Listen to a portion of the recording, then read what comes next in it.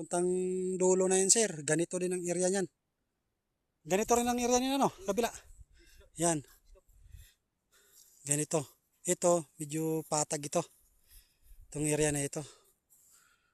Doon sa dulo, ganito din yan. Hindi na namin pinuntahan doon at medyo masukal na konti. Talagang malawak talaga ang 9.4 has. Yan. Medyo ganito din ang area niyan. Bali yung bundok na yan, yan pa yan, medyo pa-slope yan siya. Yan. Yan. Okay siya sa manukan. Walang problema sa manukan. Kasi ang kagandahan nito may ano tayo, may source ng tubig. Yan. At papuntahan namin yung ano, yung pinakang isa pang bukal, pinakamalaki. Oh, ganito. Gandang area yan.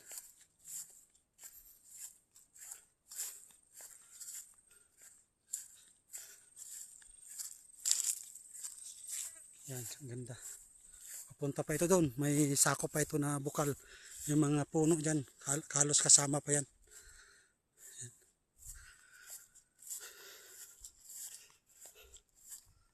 Nagpa-guide kami dito sa ano, sa tito namin na may lupa din siya dito na kaborder mo kung sakaling mabayaran mo nito, sir.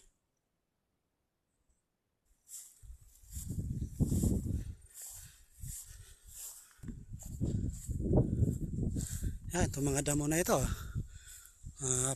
Pag naka-spray ng herbicide yan, patayan.